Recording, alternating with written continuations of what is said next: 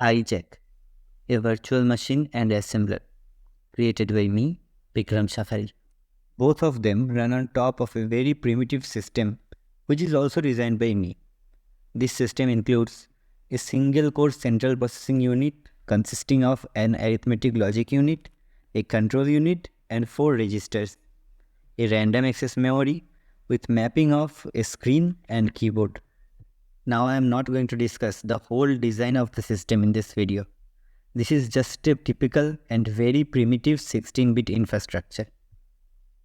So without any delay, let's start exploring the Hi of HiJack, that stands for Hack Assembler.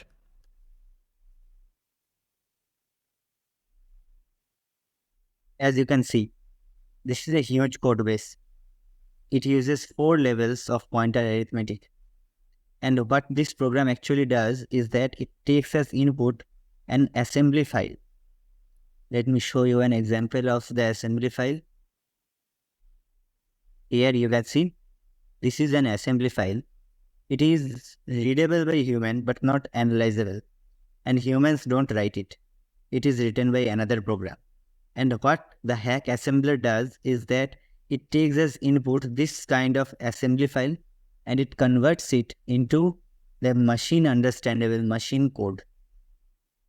So let's see our program in action. First, let's compile the hack assembler.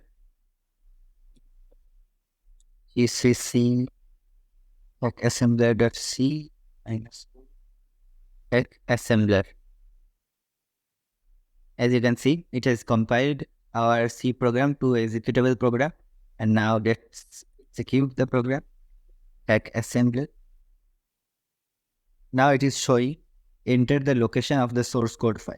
So we are going to convert this wong.asm file. So let's copy the path and paste it here. And as you can see, it has converted the .asm file to .hack file. And if I open this file, here you can see it has generated the machine code, which is understandable by our system. Now let's explore the Jack part of HiJack, that stands for Jack Virtual Machine. As you can see, again a huge codebase. It also uses 4 levels of pointer arithmetic. And what this program does is that it takes as input a virtual machine file. If I show you, this is a VM file. But it is also not created by humans. It will be created by compilers. But you can see it is much readable than the assembly file. And it uses Stack Arithmetic. And the Jack virtual machine converts this virtual machine file to the assembly file to be further converted into the machine code by hack assembler. Let's see our program in action. The Jack virtual machine.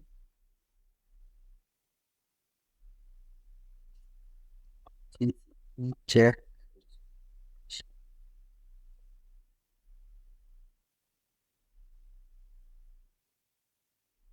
It has compiled the C program into executable program, and let's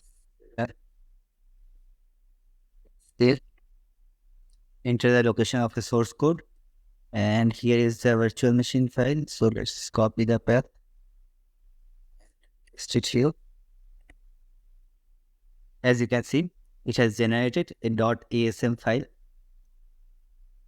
Here you can see this is the assembly file, and it can be further converted into machine code by the hack assembler.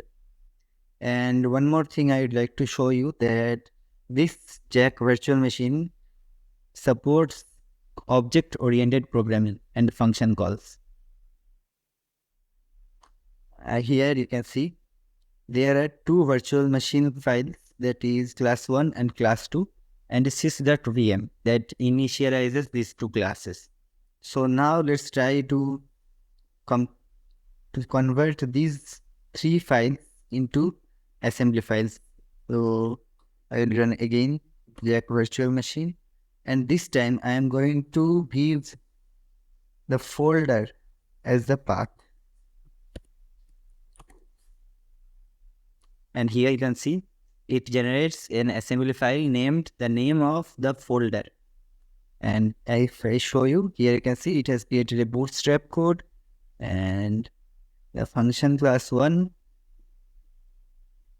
and it has converted the whole virtual machine files into a single assembly file. And that's it. That's all I have done for this project. And I am still working on the compiler, which will have even more complex functionalities. For example, it should be able to allocate memory segments to objects, handle stack overflows, etc. And all of them should be done in a very optimal way. So if you want to contribute to this project, the codebase is available on my GitHub repository. The link is in the description. And once again, thank you so much for your time and interest. If you like this project, don't forget to like this video and share the video. And I will see you soon.